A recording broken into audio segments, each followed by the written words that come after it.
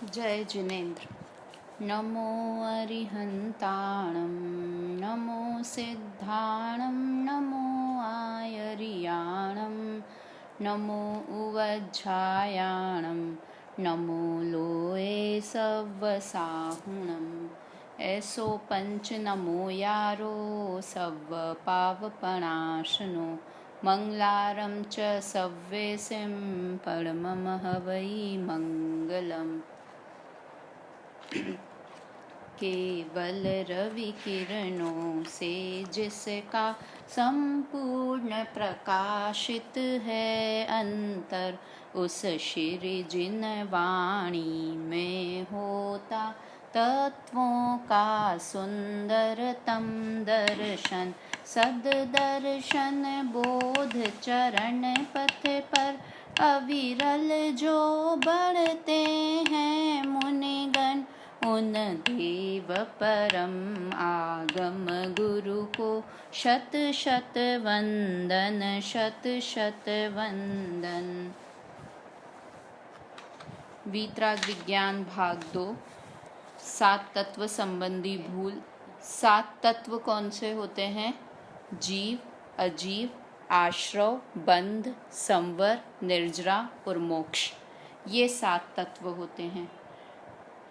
अगर हम इसको देवशास्त्र गुरु वाले पाठ से लिंक करें तो 7 तत्व संबंधी भूल, मतलब भूल क्या होती है? अगर भूल हमें देखना है, यहाँ पर 7 तत्व के संबंध में भूल बताइए। अगर मैं पूछूं कि देव के संबंध में क्या भूल रहती है तो क्या बोलेंगे हम? देव के संबंध में क्या भूल हो सकती है? कि वो जैसे हैं, वो वीतरागी, सर्वज्ञ और हितोपदेशी हैं, उन्हें वैसा नहीं मानना। और कैसा मानना देव को? कि वे मेरा कुछ भला कर देंगे, मैं उनकी भक्ति करूँगा तो मुझे कुछ लाभ मिल जाएगा। होता है ना कि कितने रोज में तो दर्शन करने नहीं जाएंगे हम, किंतु एग्ज़ाम है उस दिन स्पेशली दर्शन करने जाएंगे। क्या सोच के, क्या अंदर में क्या भाव रहता है कि भगवान मुझे अच्छे मार्क्स से पास कर देंगे। तो वो जैसे हैं वैसा नहीं मानकर वो जैसे नहीं है वैसा मानेंगे कि वो तो वीतरागी हैं, किंतु उन्हें रागी माना। रागी कैसे माना? कि वो मेरा हित करेंगे, भला करेंगे। तो राग होगा तभी तो भला करेंगे ना। तो उन्हें रागी मानना, दया के सागर मानना, वैसा माना तो वो देव के संबंध में भूल हो गई हमारी, है ना। देव के संबंधित भूल हो गई। गुरु के संबंधित भूल क्या हुई? कि 28 मूल गुण नहीं हों, कुछ 27 या 26 मूल गुण ही रह जाएं तो क्या दिक्कत है? वैसे भी मुनि होते हैं, जिनके पास थोड़ा कुछ एक्स्ट्रा परिग्रह हो वो भी मुनि हो सकते हैं। तो ये क्या हुआ? मुनि के संबंध में हमारी भूल हो गई कि मुनि को तो 28 मूल गुण ही होने चाहिए, किंतु हम में उनमें से कम या ज़्यादा मूल गुण माने तो वो हमारी गुरु के संबंध में भूल हो गई। तो इस तरह से भूल मतलब जो जैसा है उसे वैसा नहीं मानना, तो इसे कहते हैं भूल। उसके बारे में यह हमारी भूल है, गलती है। तो यहाँ पर तो हम 7 तत्व के संबंध में भूल की चर्चा कर रहे हैं। एक तो 2 प्रश्न कल आए हैं। एक तो आया है कि तत्व किसे कहते हैं? वो सच में मेरी गलती कल हो गई कि हमने 7 तत्व संबंधी भूल शुरू की और तत्व का अर्थ बताना ही रह गया। तो तत्व का मतलब होता है वस्तु का भाव, वस्तु का स्वभाव। जो वस्तु जैसी है उसका जो भाव है वही तत्व है। मतलब वस्तु का भाव मतलब उसका वेटेज, वस्तु में क्या क्या चीज़ है वो मानना, वो वस्तु का भाव हुआ। तो हम यहाँ कौन से वस्तु के बारे में बात करते हैं 7 तत्व में? कि जीव वस्तु है ना, वस्तु बोलें या द्रव्य बोलें, तो जीव द्रव्य का क्या भाव है? क्या भाव है मतलब क्या स्वभाव है, जीव में क्या है क्या नहीं है जीव के अंदर, वो बात करना, वो उसे तत्व कहते हैं। जीव और अगर और बोलें तो जीव के बारे में अच्छे से डिटेल में समझना, वो जीव का तत्व, जीव का सार क्या है वो समझ में आना, उसे तत्व कहते हैं। और इंग्लिश में तत्व को कहते हैं एसेंस। एसेंस कैसे होता है? अगर हमने रोज़ एसेंस लिया तो उसकी एक बूंद डालेंगे हम तो वो इतनी अच्छे से, बहुत अच्छे से खुशबू कर देगा। निचोड़, निचोड़ एसेंस को और क्या बोल सकते हैं, निचोड़ बोल सकते हैं ना, कि उसमें रोज़ का निचोड़ है, बहुत सारे रोज़ को पीस पास के इतनी सी एक बॉटल बना दी गई है। तो तत्व यानी जीव का निचोड़, जीव का निचोड़ मतलब जीव में क्या क्या है, डीपली जीव के बारे में समझ में आ जाना, समझना, वो तत्व हुआ। एक तो ये तत्व हुआ, और दूसरा एक प्रश्न था कि जीव और पुद्गल में, अजीव और पुद्गल में क्या अंतर है, एक और ये प्रश्न आया था। तो अजीव किसे कहते हैं, कल हम जीव और अजीव तत्व संबंधी भूल ही पढ़ रहे थे, तो हमने क्या बनाया था, अजीव किसे कहते हैं कि जो जीव नहीं है वो सब अजीव हैं। इसको हम ऐसे समझें कि अगर हम बोलें जैन और अजैन, तो अजैन में कौन आता है, अजैन में कौन आया, मुसलमान जैन है या अजैन है, अजैन है। क्रिश्चियन जैन है या अजैन है, तो बोला अजैन है।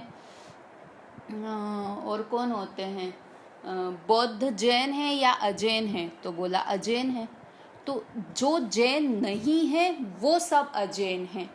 वैसे ही जो जीव नहीं है वो सब वस्तुएं अजीव हैं, है ना। तो वस्तु कितनी होती है, 6 वस्तु, वस्तु बोलें, पदार्थ बोलें, द्रव्य बोलें। इस दुनिया में, पूरी दुनिया में कितनी टाइप की वस्तुएं हैं, कि 6 टाइप की वस्तुएं हैं। कौन कौन सी वस्तुएं हैं, जीव, पुद्गल, धर्म, अधर्म, आकाश और काल, ये 6 टाइप की वस्तुएं पूरी दुनिया में हैं। तो उसमें से हम जीव, तो जीव हो गया। अब धर्म क्या है, धर्म द्रव्य जीव है या अजीव है, तो बोला अजीव है। फिर आकाश द्रव्य जीव है या अजीव है, तो जीव नहीं है। इसलिए हमने जितने भी, जैसे जैन के अलावा जितने भी संप्रदाय हैं वो सब अजीव हैं, तो जीव के अलावा जितने भी द्रव्य हैं वो सब अजीव है। तो उनमें से ही एक द्रव्य पुद्गल द्रव्य है। मतलब जैसे अपने तीर्थंकर और भगवान वाला पाठ पढ़ा हो ना, तो उसमें एक आता है, एक अपन ने शुरू में पढ़ा था पाठ, अगर और जिज्ञासा हो तो पहले के मैसेजेस में देखना। तो जीव, तीर्थंकर और भगवान में क्या अंतर होता है कि सभी भगवान, सभी तीर्थंकर भगवान तो होते हैं, किंतु सभी भगवान तीर्थंकर नहीं होते।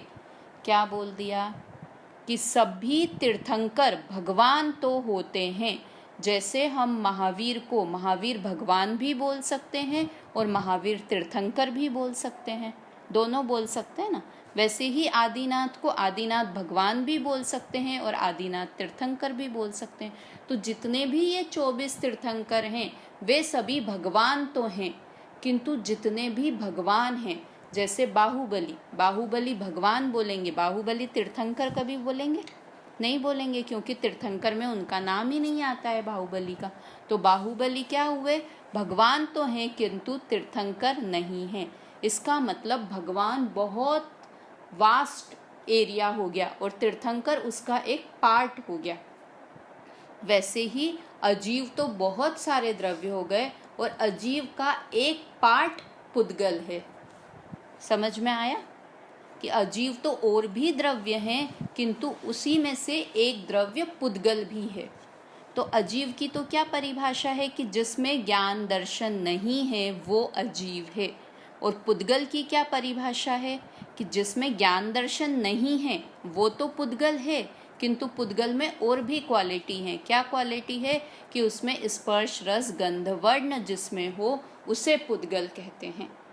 जैसे एक और अपन पुराने पाठ पढ़े हुए हों तो बहुत अच्छे से समझ में आती है ये चीज़ें, कि एक हमने पढ़े थे सामान्य गुण और विशेष गुण पहले के पाठों में। तो ज्ञान दर्शन नहीं होना ये पुद्गल का सामान्य गुण हुआ या विशेष गुण हुआ। पुद्गल में ज्ञान नहीं होना ये पुद्गल का सामान्य गुण हुआ या विशेष गुण हुआ।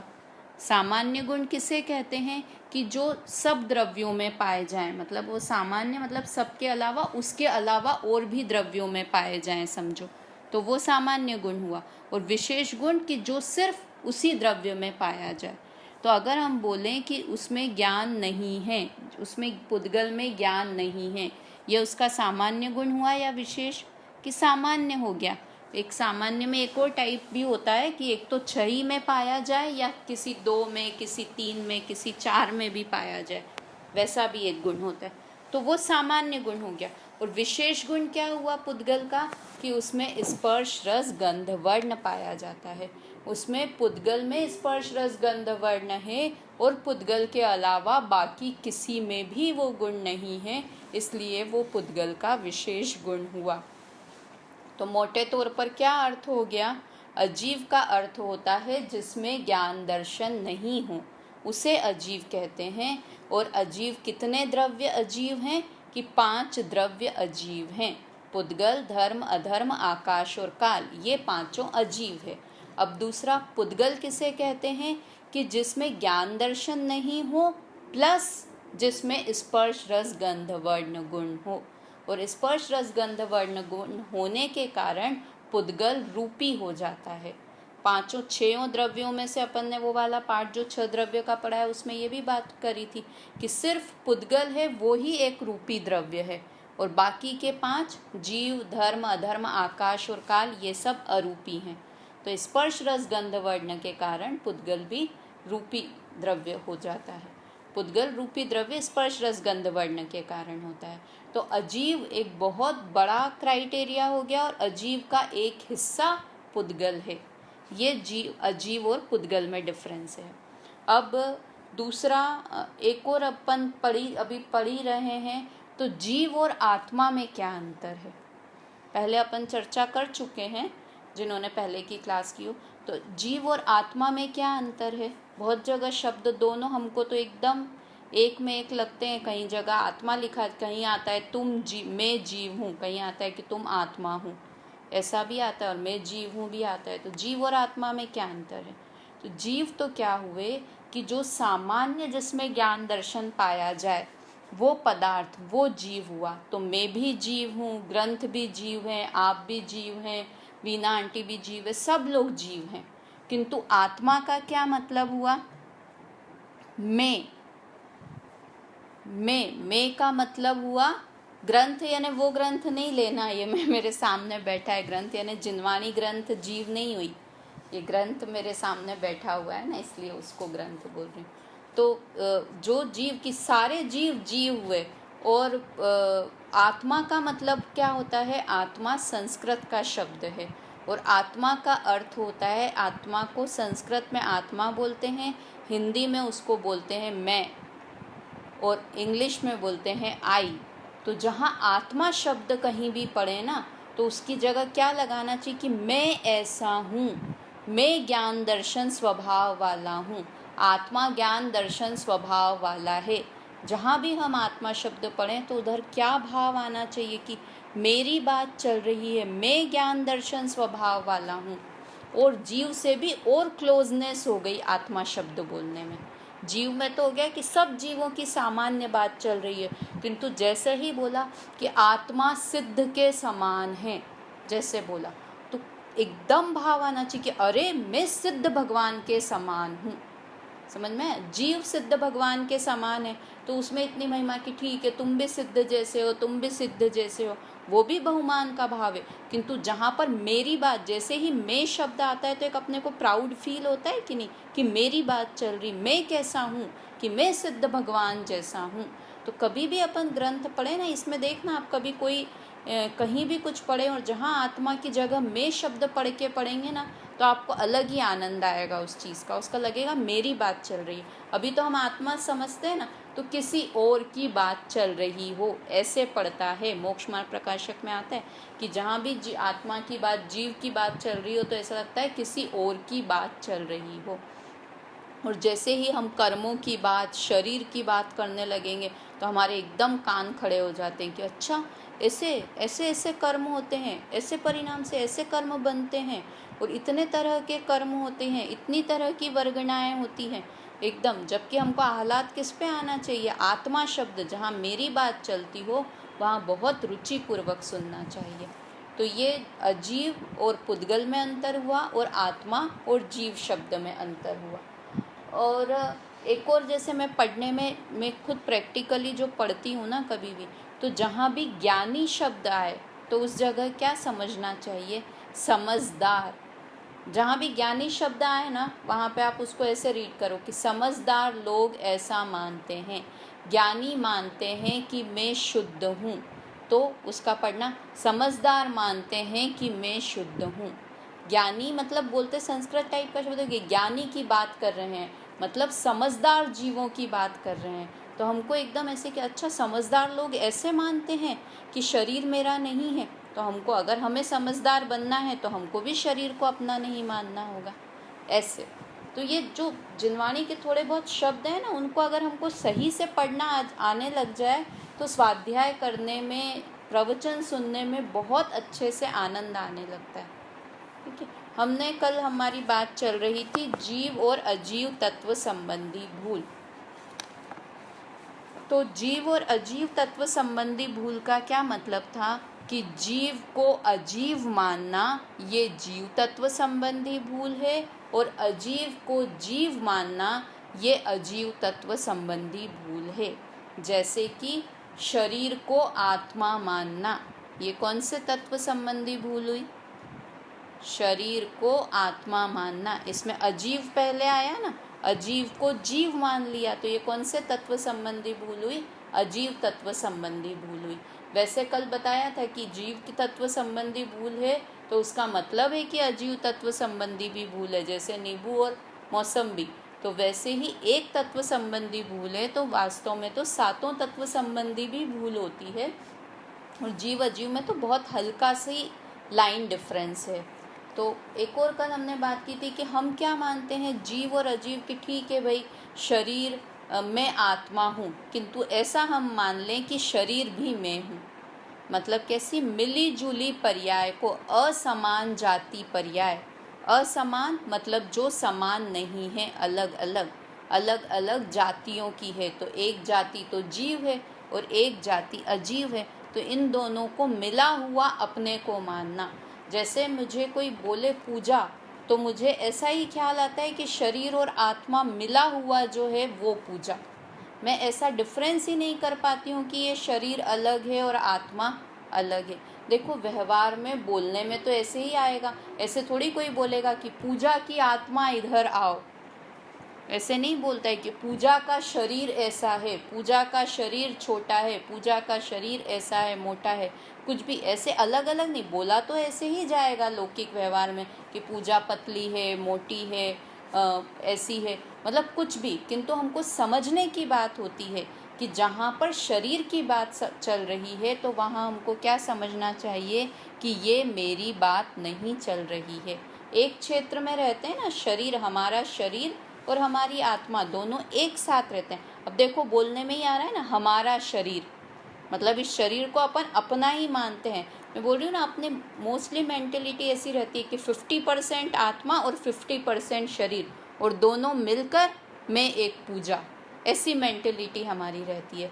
किंतु हमको इस भावना को बदलना है। जो धर्म नहीं सुनते उनकी तो पूरी मेंटेलिटी क्या है कि पूरा शरीर है वो ही मैं हूँ, आत्मा वात्मा तो कुछ है ही नहीं उनके नॉलेज में। किंतु हम थोड़ा सा धर्म पढ़ने लग गए तो हम कैसा मानने लग गए कि 50% आत्मा और 50% शरीर मिलके जो बन गया है वो मैं हूँ। किंतु वास्तव में हमें दृष्टि को कहाँ तक ले जाना है कि जो आत्मा है, जीव है, वो मैं हूँ, वहाँ तक अपनी दृष्टि को ले जाना है। एक बार ये PDF आप भी खोल लीजिए, और मैं इसमें से थोड़ा रीड करके, अगर नहीं भी खोल पा रहे हैं, ड्राइव करते हुए सुन रहे हैं या कैसे हैं, तो मैं यहाँ से रीड कर रही हूँ, आप सुनिए जो इसमें लिखा हुआ है। जीव और अजीव तत्व संबंधी भूल। जीव का स्वभाव तो जानने देखने रूप ज्ञान दर्शनमय है। देखो, एक जानना देखना और एक ज्ञान दर्शन, दो शब्द आते हैं ना। तो ज्ञान दर्शन तो क्या है? जीव के गुण हैं। ज्ञान और दर्शन ये जीव का गुण है, और जानना और देखना ये जीव की पर्याय है। ज्ञान गुण है और जानना उसकी पर्याय है। ये भी हम पहले पढ़ चुके हैं। मैं जीव द्रव्य हूँ, ज्ञान मेरा गुण है और जानना मेरी पर्याय है। ऐसे मैं जीव द्रव्य हूँ, दर्शन मेरा गुण है, और देखना देखना देखना जो होता है वो मेरी पर्याय है। तो क्या हुआ, जीव का स्वभाव तो जानने देखने रूप ज्ञान दर्शनमय है और पुद्गल से बने हुए शरीर आदि वर्ण गंध रस और स्पर्श वाले होने से मूर्तिक हैं। जीव तो कैसा है, अमूर्तिक है। अमूर्तिक है अर्थात उसमें दिखाई नहीं देता है, और दिखाई किसके कारण से देते हैं कि जिसमें स्पर्श रस गंध वर्ण हो, उसके कारण से दिखाई देते हैं। धर्म द्रव्य, अधर्म द्रव्य, काल द्रव्य और आकाश द्रव्य के अमूर्तित्व होने पर भी जीव की परिणति इन सबसे जुदा है। मतलब पुद्गल, अभी इसमें दो तरह से भेद करो, 6 में से कितने द्रव्य रूपी हैं और कितने द्रव्य अरूपी हैं। 6 में से कितने द्रव्य रूपी हैं और कितने द्रव्य अरूपी हैं, सोचिए मन में। एक पुद्गल रूपी है और बाकी के 5 द्रव्य जीव, धर्म, अधर्म, आकाश और काल ये अरूपी हैं। तो हैं तो धर्म द्रव्य भी अरूपी है और मैं भी अरूपी हूँ, किंतु दोनों फिर भी अलग अलग हैं। क्यों? क्योंकि मैं जानने वाला अरूपी हूँ और धर्म द्रव्य बिना जानने वाला अरूपी है। तो इस तरह से ये अमूर्तिक होने पर भी जीव की परिणति इन सबसे जुदा है, किंतु फिर भी यह आत्मा इस भेद को न पहचान कर शरीर आदि की परिणति को आत्मा की परिणति मान लेता है। मतलब शरीर आदि शब्द आ रहा है ना, तो किस किस को, शरीर को, द्रव्य कर्म को और नौ कर्म को, जो शरीर के संबंध में जो भी चीज़ें आती है उन सबको अपना मान लेता है। देखो पुद्गल के बारे में एक और बात कि पुद्गल में स्पर्श रस गंध वर्ण 4 गुण होते हैं, है ना, किंतु कोई गुण हाईलाइट होता हुआ होता है, हम उससे उसकी पहचान कर लेते हैं। जैसे हम आम की पहचान किससे करते हैं, आम में कौन सा गुण मुख्य मानते हैं कि खुशबू से। आम हम खरीदने जाते हैं ना, तो उसमें गंध गुण से उसकी पहचान ज़्यादा करते हैं हम। तो किसी में कोई सा गुण मुख्य होता है, जैसे पानी में कौन सा, पानी का कलर कौन सा है, वर्ण पानी का, तो आज तक कोई नहीं बता। ब्लू दिखता है, किंतु ब्लू होता है क्या? अपन थोड़ा सा हाथ में पानी लेके देखें तो हमको तो उसका कोई वर्ण ही नहीं लगता है। अपन पेंटिंग ड्राइंग करते हैं उसमें ज़रूर ब्लू कलर का बना लेते हैं, किंतु हम एक ग्लास में पानी भरेंगे तो वो ब्लू कलर का दिखता है क्या पानी? तो उसमें क्या वर्ण गुण नहीं है? वर्ण गुण तो है, किंतु उसका स्पर्श गुण मुख्य है उसमें। कौन सा? कि ठंडा ठंडा जो होता है वो पानी। तो होते पुद्गल में 4 हैं, किंतु किसी में कोई गुण मुख्य होता है। जैसे शक्कर की हम मुख्यता से किसकी बात करते हैं कि उसके रस गुण के हिसाब से। शक्कर की हमको याद भी, कभी सफ़ेदी की बात करनी हो तो हम शक्कर की बात नहीं करेंगे, हमको जब मीठा की बात करनी हो तो हम शक्कर की बात करेंगे। तो होते पुद्गल में 4 गुण हैं, किंतु कोई गुण मुख्य होता है जिससे कि हम उसकी पहचान कर लेते हैं। तो इस तरह से ये सब शरीर आदि ये सब आत्मा से भिन्न हैं, मुझसे भिन्न हैं। ये सारी शरीर, द्रव्य, कर्म और जो शरीर के संबंध में घर आया, कार आई, ये सब ये क्यों मुझसे भिन्न हैं? क्योंकि इनका स्वभाव और मेरा स्वभाव, दोनों का स्वभाव अलग अलग है, इसलिए ये मुझसे भिन्न हैं। अपने ज्ञान स्वभाव को भूलकर, आगे हम पढ़ रहे हैं, अपने ज्ञान स्वभाव को भूलकर शरीर की सुंदरता से अपने को सुंदर और कुरूपता से कुरूप मान लेता है, तथा उसके संबंध से होने वाले पुत्रादिक में भी आत्मबुद्धि करता है। मतलब अपने ज्ञान स्वभाव की तो खबर नहीं है कि मुझ में इतना अच्छा गुण, ज्ञान वाला गुण है, उसकी तो मुझे खबर नहीं है, किंतु शरीर सुंदर हो गया तो अपने आप को सुंदर मानने लगते हैं। किंतु देखो कैसे होता है कि अगर शरीर सुंदर है और अपने को सुंदर माना, तो वो व्यक्ति खुश रहेगा क्या? हमेशा खुश रहेगा कि जो शरीर की सुंदरता से अपने को सुंदर मानेगा? क्या होगा? 60 साल के बाद, या आजकल तो और भी 30-40 साल के बाद जब बाल सफ़ेद होने लगेंगे तो उसका चेहरा मुरझा जाएगा, उदास कि अरे मेरे बाल सफ़ेद हो गए। 60 वर्ष का होते होते जब रिंकल्स होने लगेंगे शरीर पे, तो वो दुखी हो जाएगा कि अरे मेरी सुंदरता को तो अब खतरा हो गया है। तो उसके अनेक उपाय करता, कितने भी उपाय करें, कितनी एक्ट्रेसेस क्या क्या करवाती हैं, सब ट्रीटमेंट, किंतु फिर भी वो सुंदरता नष्ट होती है कि नहीं होती है। यूँ बोलते हैं कई लोग तो कि रियलिटी में अगर इनको बिना मेकअप और बिना किसी को एक्टर एक्ट्रेसेस को देख लो ना, तो आपका दिमाग ख़राब हो जाए। शाहरुख खान का एक पिक्चर ऐसा वायरल हो गया था व्हाट्सएप पे, मतलब वो इतना भद्दा दिख रहा था कि सोच नहीं सकते कि ये जो इतना सुंदर दिखता है मूवीज़ में, ये कितना कुरूप है।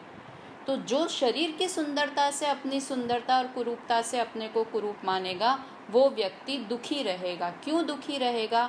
क्योंकि शरीर मेरा नहीं है, मेरे हाथ में नहीं है। तो अपना बड़ापन, अपनी सुंदरता किससे माननी चाहिए? कि जो अपना हो। तो अपना क्या है? ज्ञान। तो अपने ज्ञान को तो भूल जाता है, या तत्व संबंधी भूल पढ़ रहे हैं ना, तो अपने ज्ञान स्वभाव को तो हम भूल जाते हैं। अच्छी आवाज़ हुई तो अपने को अच्छा मान लिया कि अरे मैं तो इतना अच्छा गाता हूँ। खराब आवाज़ हुई तो अरे मैं तो ऐसा हूँ। मतलब जो भी शरीर से संबंधित चीज़ें हैं, उनके बारे में सोच सोच कर हम सुखी दुखी होते रहते हैं। ये जीव और अजीव तत्व संबंधी भूल है। इतना छोटा सा मंत्र है कि जो अपना है उसके अच्छाई में अपने को अच्छा मानो, और जो अपना नहीं है उसमें कुछ भी होने दो, तुम दुखी सुखी मत हो।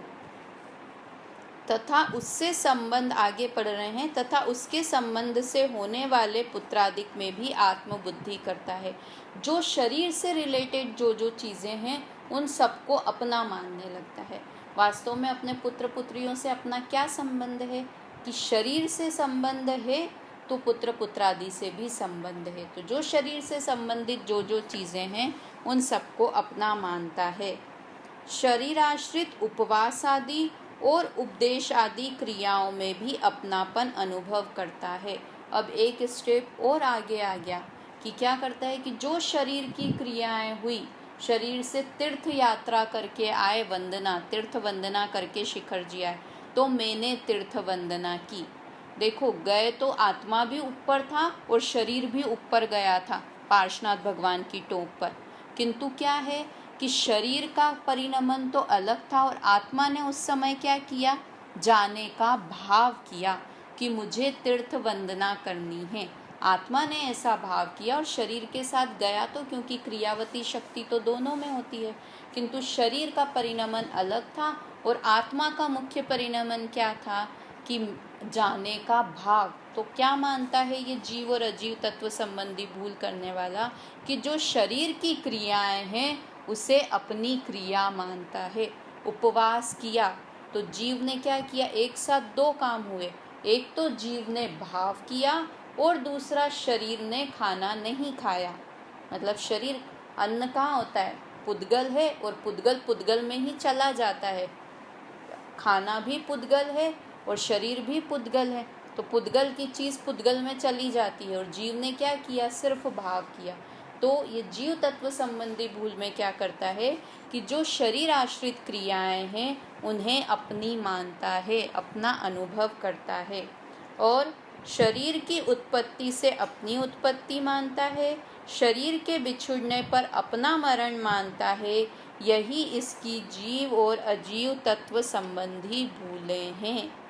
जीव को अजीव मानना और जीव को अजीव मानना जीव तत्व संबंधी भूल है, और अजीव को जीव मानना ये अजीव तत्व संबंधी भूल है। ये कल अपन ने किया ही था। शरीर की उत्पत्ति में अपनी उत्पत्ति की, जन्म हुआ शरीर का तो अपना जन्म, और मरण हुआ तो अरे मैं मरा, इस आकुलता में ही मर जाता है। अभी उस दिन बताया था ना कि कोरोना में लोग नहीं मर रहे हैं, कोरोना के डर के कारण ज़्यादा लोग मरे कि मैं मरा, ये शरीर का नाश हुआ तो मैं मरा। उस डर के कारण हमेशा 24 घंटे डरा हुआ रहता है कि मैं मर न जाऊं। तो ये इसकी जीव और अजीव तत्व संबंधी भूल है। एक बार जो ये लाइनें थी हम वो पढ़ते हैं और फिर आगे की भूल, आश्रव तत्व संबंधी भूल आज पढ़ते हैं। चेतन को है उपयोग रूप, चिन्ह मूरत बिन मूरत अनूप। उदगल नभ धर्म अधर्म काल, इन ते न्यारी है जीव चाल। ताको न जान विपरीत मान, करी करे देह में निज पिछान में। सुखी दुखी में रंक राव, मेरे धन ग्रह गो धन प्रभाव। मेरे सुततिय में सबल दीन, बेरूप सुभग मूरख प्रवीण। तन उपजत अपनी उपज जान, तन नशत आप को नाश मान। ये ऊपर की यहाँ तक की लाइनें ये सब जीव और अजीव तत्व संबंधी भूल है। अंत में क्या है? तन उपजत अपनी उपज मान, शरीर की उत्पत्ति में अपनी उत्पत्ति मानता है। तन नशत आपको नाश मान, तन मतलब शरीर, शरीर के नाश होने पर अपना ही नाश होना मानता है। ये यहाँ तक जीव अजीव तत्व संबंधी भूल। आगे की एक लाइन है, रागादि प्रगट जे दुख देन, तिन्ही को सेवत गिनत चैन। ये आश्रव तत्व संबंधी भूल है। आगे की हम पूरा पढ़ लेते हैं, फिर इसको पढ़ेंगे, इस लाइन को समझेंगे। शुभ अशुभ बंध के फल मझार, रति अरति करे निज पद विसार। आत्महित हेतु विराग ज्ञान, ते लखे आपको कष्ट दान। रोकी न चाह निज शक्ति खोय, शिव रूप निराकुलता न जोय। इसमें सातों तत्व संबंधी भूल आ गई। तो आज हमको पढ़नी है आश्रव तत्व संबंधी भूल। पहला तो आश्रव किसे कहते हैं? आश्रव दो तरह के। देखो, आश्रव शब्द का क्या अर्थ होता है? आना। आश्रव का अर्थ होता है आना, शब्द का शब्दार्थ होता है। बंध का अर्थ होता है बंधना, ठीक है। संवर का अर्थ होता है रुकना, रुकना, किसी भी चीज़ का रुकना। अब किसका रुकना वो हम पढ़ेंगे। निर्जरा का क्या अर्थ होता है? निर्जरित होना अर्थात खिरना। और मोक्ष का तो अर्थ होता है ये मुक्त हो जाना, मोक्ष का अर्थ होता है मुक्त हो जाना। तो आश्रव का क्या है? शाब्दिक अर्थ आना। तो आश्रव दो तरह के होते हैं। पहले भूल पढ़ने के पहले ये तो पढ़ें कि आश्रव होता क्या है। तो आश्रव किसे कहते हैं? कि जो मोह राग द्वेष के भाव होते हैं उन्हें भाव आश्रव कहते हैं। अपन ने कल बात की थी कि 7 तत्वों में से 2 तत्व तो द्रव्य रूप हैं, जीव और अजीव, और बाकी आश्रव, बंध, संवर, निर्जरा और मोक्ष ये जीव के परिणाम रूप हैं, ये जीव की पर्याय रूप हैं। तो जब भी जीव के मोह राग द्वेष के परिणाम होते हैं तो उन परिणामों को हम क्या कहते हैं? आश्रव के परिणाम, ठीक है। मोह का परिणाम मतलब क्या होता है? कि शरीर ही मैं हूँ, बिल्कुल अपना ही मानना, एक में एक। मोह का अर्थ वैसे होता है उल्टी मान्यता। उल्टी मान्यता का क्या मतलब होता है? उल्टी और मान्यता। उल्टी मतलब गलत और मान्यता मतलब मानना। गलत मानना, उसका अर्थ होता है मोह। देखो, मोह के लिए क्या एक शब्द आता है हमेशा जिनवाणी में, मोह महामद पियो अनादि। मदिरा, मोह को शराब बोलते हैं। तो शराबी कैसा होता है? कि जो जैसा होता है ना उसे वैसा नहीं मानता है, उल्टा मानता है। उसको शराबी मतलब शराब के नशे में वो जैसा है उसे वैसा, पत्नी को माँ मानने लगेगा, माँ को पत्नी मानने लगेगा, वो शराब। तो ऐसे ही मोह रूपी शराब के कारण क्या होता है? जो जैसा है उसे वैसा नहीं मानता है ये जीव, तो उसे कहते हैं मोह। मोह का मतलब होता है उल्टी मान्यता, मिथ्यात्व। तो ये जो मिथ्यात्व के उल्टी मान्यता के परिणाम है, क्या मिथ्यात्व है हमारा? कि शरीर अजीव को जीव मानना और जीव को अजीव मानना, ये मिथ्यात्व है, ये गलत मान्यता है। तो ये जो परिणाम, ये जो भाव हैं, गलत मानने के, जो उल्टा मानने के जो भाव हैं, वो सब क्या हैं? मोह के परिणाम हुए। जैसे मोबाइल को अपना मानना, तो ये कौन सा परिणाम हुआ? मिथ्यात्व का, मोह का परिणाम हुआ। देखो, मोबाइल अच्छा लगना वो राग का परिणाम हुआ। और ये मोबाइल मेरा है, बस बिल्कुल मोबाइल गिरा तो इधर एक मोबाइल पे स्क्रैच आया, इधर एक अपने दिल में स्क्रैच पड़ गया। मोबाइल गिरा तो हाय धक्का लग गया बिल्कुल कि अरे मैं मरा एकदम। तो बिल्कुल मोबाइल को ही अपना मानने लगना, कितनी सी एकदम स्पष्ट क्लियर पुद्गल है। अभी खरीद के हम 6 महीने पहले लाए थे, तब इसका हमारा साथ हुआ है, किंतु थोड़ा सा मोबाइल में कुछ हुआ और गिरा पड़ा तो ठीक है, घूम गया तब तो समझो पूरी दुनिया लुट गई हमारी। इतना छोटा सा एक मोबाइल हमको ऊपर नीचे हिला के रख देता है ना। तो ये मोह का परिणाम हुआ, है ना। क्या क्या परिणाम है आश्रव के परिणाम? मोह का परिणाम, राग का परिणाम और द्वेष के परिणाम। ये सबको आश्रव कहते हैं, भाव आश्रव कहते हैं। तो मोह का परिणाम मतलब उल्टी मान्यता का, गलत मान्यता का। राग का परिणाम मतलब किसी को अपना मानकर उसे चाहने लगना कि ये अच्छा लगता है मोबाइल, मुझे ये वाला मोबाइल, एप्पल का मोबाइल मुझे बहुत अच्छा लगता है, तो ये क्या हुआ? राग का परिणाम।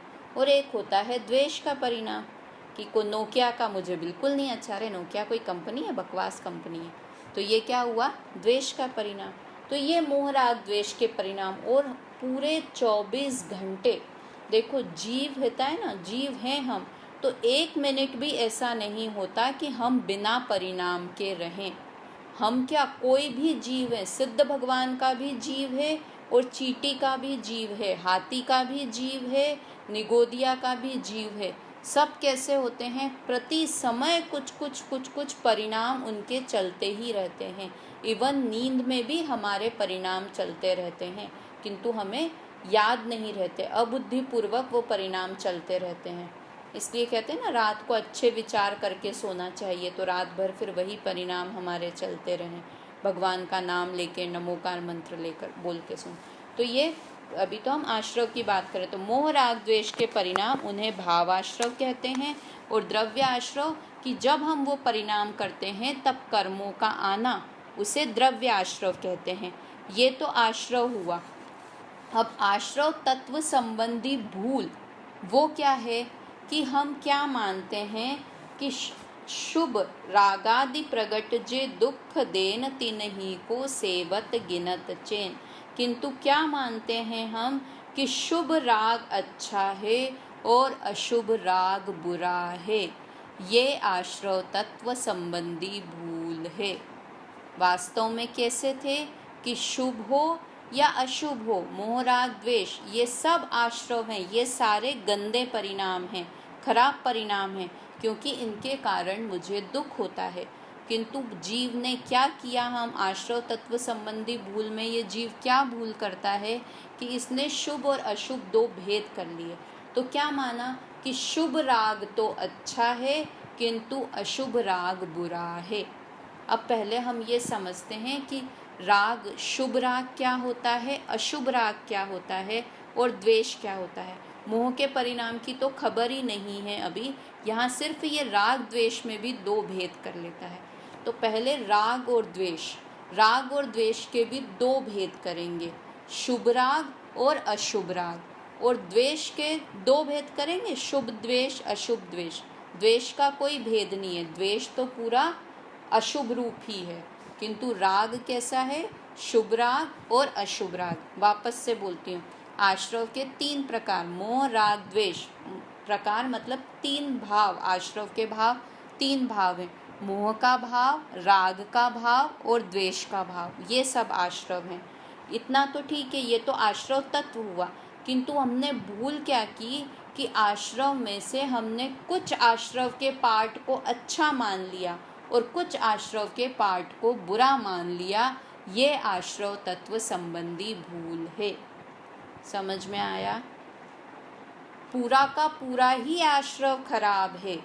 मतलब मोह का परिणाम, राग का परिणाम, द्वेष का परिणाम, ये पूरे ही परिणाम खराब हैं। हमारे भगवान वीतरागी है ना, अभी हमने पढ़ा कि उनको राग द्वेष का नाश है, क्योंकि वो गंदे परिणाम है, खराब परिणाम है। इसलिए उन परिणामों को हमारे भगवान ने छोड़ दिया है।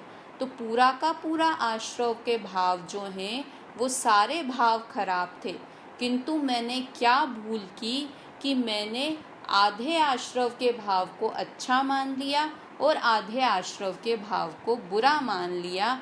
ये आश्रव तत्व के संबंध में मैंने भूल कर ली। तो हम बात कर रहे थे राग दो प्रकार का, शुभ राग और अशुभ राग। शुभ राग क्या होता है और अशुभ राग? राग का अर्थ होता है अच्छा लगना, पसंद करना। तो अशुभ राग तो क्या हुआ कि अपने अशुभ राग हुआ घूमने, बाहर घूमने जाने का परिणाम, बैंकॉक जाने का परिणाम, स्विट्ज़रलैंड जाने का परिणाम, बाहर घूमने का परिणाम, ये हुआ अशुभ राग। और शुभ राग क्या हुआ? शिखर जी जाने का परिणाम, है ना, और शिखर जी जाने का, गिरनार जी की यात्रा करने जाने का परिणाम, ये सारे हुए शुभ राग। ठीक है, ऐसे ही सब में लगा लेना कि अपने परिवार, अपने रिलेटिव्स को खाना खिलाने का परिणाम, ये क्या हुआ? अशुभ राग। और साधर्मियों को, अपने कोई मंदिर में कोई जीव आए, कोई साधर्मी दर्शन करने आए, तो उनसे कह रहे चलिए साहब हमारे घर पे भोजन करिए, ऐसे। तो ये कौन सा भाव हुआ? ये शुभ राग हुआ। ठीक है, ऐसे अशुभ शुभ में कर सकते हैं। और ये अशुभ शुभ क्यों है? क्योंकि अशुभ राग से खराब, हमने ये भेद कैसे कर लिए कि ये अशुभ का परिणाम है, ये शुभ का परिणाम है, कि अशुभ से कुगतियाँ होती है और शुभ भाव से सुगति, सुगति यानी मनुष्य और देव पर्याय मिलती है, और अशुभ भाव से पाप, बुरी पर्याय मिलती है, नरक और तिर्यंच गति मिलती है। इसलिए तो ऐसे शुभ और अशुभ में अब आप भेद कर सकते हैं ना। नॉवल पढ़ने का परिणाम, ये कौन सा है? अशुभ राग है या शुभ राग है? अशुभ राग है। स्वाध्याय करने का परिणाम, ये शुभ राग है कि अशुभ राग है? शुभ राग है। अपने बच्चे को नहलाने का परिणाम, ये अशुभ राग है कि शुभ राग है? अशुभ। और भगवान को प्रक्षाल करने का परिणाम, ये शुभ राग है ना। अब बताइए, हमारी बाई नहीं आई तो उस पर गुस्सा करने का परिणाम शुभ राग है कि अशुभ राग है? अपनी बाई पे गुस्सा करा कि वो 4 दिन से छुट्टी मना रही है, तो ये शुभ राग है कि अशुभ राग है? हाँ, ये राग नहीं है, ये तो द्वेष है। तो कंफ्यूज करने के लिए पूछ रही हूँ। ये तो द्वेष का परिणाम हुआ, किसी से गुस्सा करने का, क्रोध का परिणाम, ये तो द्वेष का परिणाम हुआ। तो द्वेष का परिणाम तो कैसा भी हो, चाहे हम बच्चे पे गुस्सा करें, चाहे बाई पे गुस्सा करें, चाहे सरकार पे गुस्सा करें, किसी से भी क्रोध का परिणाम किया, द्वेष का परिणाम किया, तो वो सब कैसा है? अशुभ रूप ही है। देखो, ये कहते हैं ना कई लोग कि अपने जैन धर्म पे आँच आए तो हमने गुस्सा किया किसी ने, जैसे हम औरंगजेब पे, हमको बहुत गुस्सा आता है कि औरंगजेब ने इतनी अच्छी अच्छी हमारी जिन प्रतिमाएं थी, ग्वालियर जाओ, इतना सुंदर, कौन सा पर्वत है, नाम भूल गई मैं, विपुलाचल पता नहीं, ग्वालियर में एक है ना बहुत अच्छा पहाड़ है, वहाँ पे बहुत सुंदर सुंदर बड़ी बड़ी प्रतिमाएं हैं, बहुत बड़ी बड़ी खड़गासन प्रतिमाएं हैं। और वहाँ देखने जाओ, मतलब वहाँ नई नई करके छोटी बड़ी 100 प्रतिमाएं होंगी, और 100 में से एक भी प्रतिमा पूजनीय नहीं है। क्यों? क्योंकि वो औरंगजेब ने इतना, उसको द्वेष था जैन धर्म से, कि उसने सारी प्रतिमाओं को खंडित करवा दिया। मतलब एक भी पूजनीय नहीं बची, किसी के हाथ नहीं, किसी के पैर नहीं, किसी का मुंह नहीं, किसी के, मतलब गजब का आधा शरीर, गजब की, मतलब बनाने वाले ने कितने शुभ परिणाम से बनाया और बिगाड़ने वाले ने कितने अशुभ परिणाम से उस प्रतिमा को, कि कोई दर्शन कर ही नहीं पाए। 100 की 100 भी शायद मैं कम बोल रही हूँ, छोटी प्रतिमाएं भी बहुत सारी और बड़ी बड़ी भी, सबको खंडित कर दिया। तो अब हमको औरंगजेब पे बहुत गुस्सा आया, बहुत क्रोध आया कि कितना खराब था औरंगजेब, अच्छा होता वो मर जाता, तो ये हमारे प्रतिमाएं तो खराब नहीं करता। तो ये शुभ द्वेष हुआ कि अशुभ द्वेष हुआ? उसने हमारे धर्म का नुकसान किया। तो द्वेष ही है। द्वेष को हम कभी भी अच्छा नहीं कह सकते। द्वेष तो अशुभ रूप ही होता है। औरंगजेब ने वो किया तो उसके परिणाम उस पे जाने दो, तुम अपने परिणाम क्यों खराब कर रहे हो उसके कारण। तो द्वेष तो अशुभ रूप ही होता है। और हम क्या है कि हम द्वेष के परिणाम को तो सभी बुरा मानते हैं, किंतु हमने आश्रव तत्व संबंधी भूल में क्या किया कि जो शुभ राग था उसे अच्छा मान लिया और द्वेष के परिणाम और अशुभ राग को बुरा मान लिया। किंतु शुभ राग को कि मंदिर जाने का परिणाम तो अच्छा है ना, उसे अच्छा मान लिया। तो ये हमारी क्या हुई, आश्रव तत्व संबंधी भूल हुई। समझ में आया होगा आपको। कुछ और डाउट हो तो पूछना। कल अभी का समय हो रहा है, एक बार हम ये रीड करते हैं इसमें जिनवाणी में क्या लिखा हुआ है आश्रव तत्व संबंधी भूल में। राग द्वेष मोह आदि विकारी भाव प्रगट में दुख को देने वाले हैं, पर यह जीव इन्हीं का सेवन करता हुआ अपने को सुखी मानता है। कहता है कि शुभ राग तो सुखकर है। देखो ये जो अपन ने बात पढ़ी ना, शुभ राग तो सुखकर है, उससे तो पुण्य बंध होगा, स्वर्ग आदि सुख मिलेगा। पर यह नहीं सोचता कि जो बंध का कारण है वह सुख का कारण कैसे होगा। पहली ढाल में तो साफ ही बताया है कि स्वर्ग में सुख है कहाँ। जब संसार में सुख है ही नहीं तो मिलेगा कहाँ से। ये इन्होंने थोड़ा डिटेल किया है शुभ राग को। शुभ राग को क्यों अच्छा समझता है कि इससे मुझे अच्छी गति, स्वर्ग गति मिल जाएगी, इसलिए हम भी पूजा करते हैं और हम उपदेश भी क्या देंगे कि आप भी रोज पूजा किया करो। बहुत अच्छा है पूजा करना, बहुत अच्छी बात है, रोज पूजा किया करो, है ना। रोज स्वाध्याय किया करो, हम भी रोज स्वाध्याय करते हैं और आप भी रोज स्वाध्याय किया करो। तो फिर ऐसा बोलना, शिक्षा देना बंद कर दें क्या? इसकी बात अपन कल करेंगे कि ऐसा बोलना कि नहीं कि पूजा करो, हम भी पूजा करते हैं और पूजा करो, ये तो अच्छी बात है ना। अपने बच्चों को भी अपन बोलते हैं, तो यहाँ तो कह रहे हैं कि वो तो बुरी बात है। शुभ राग को आप अच्छा कह रहे हो, पूजा करना तो शुभ भाव हुआ, और शुभ भाव को अच्छा मानना ये तो आश्रव तत्व संबंधी भूल है, भूल का परिणाम है ये तो। इसकी बात अपन कल करेंगे। फिर अंत में क्या लाइन है, अतः जो शुभाशुभ राग प्रगट दुख को देने वाला है उसे सुख कर मानना ही आश्रव तत्व संबंधी भूल है। ये एक लाइन में पूरी बात आ गई। शुभाशुभ राग, शुभ और अशुभ दोनों ही राग प्रगट में दुख को देने वाले हैं। प्रगट में अर्थात प्रत्यक्ष दुख को देने वाले हैं, उसे सुख कर मानना, उसे अच्छा मानना, यही आश्रव तत्व संबंधी भूल है। ये इस तरह से आश्रव तत्व की बात की, और आगे अपन चर्चा कल वापस करेंगे। और बंध तत्व की भी बात, बंध तत्व संबंधी जीव की क्या भूल होती है उसकी चर्चा भी कल करेंगे। कोई प्रश्न हो तो आप मैसेज पर भेज दीजिएगा। जय जिनेंद्र।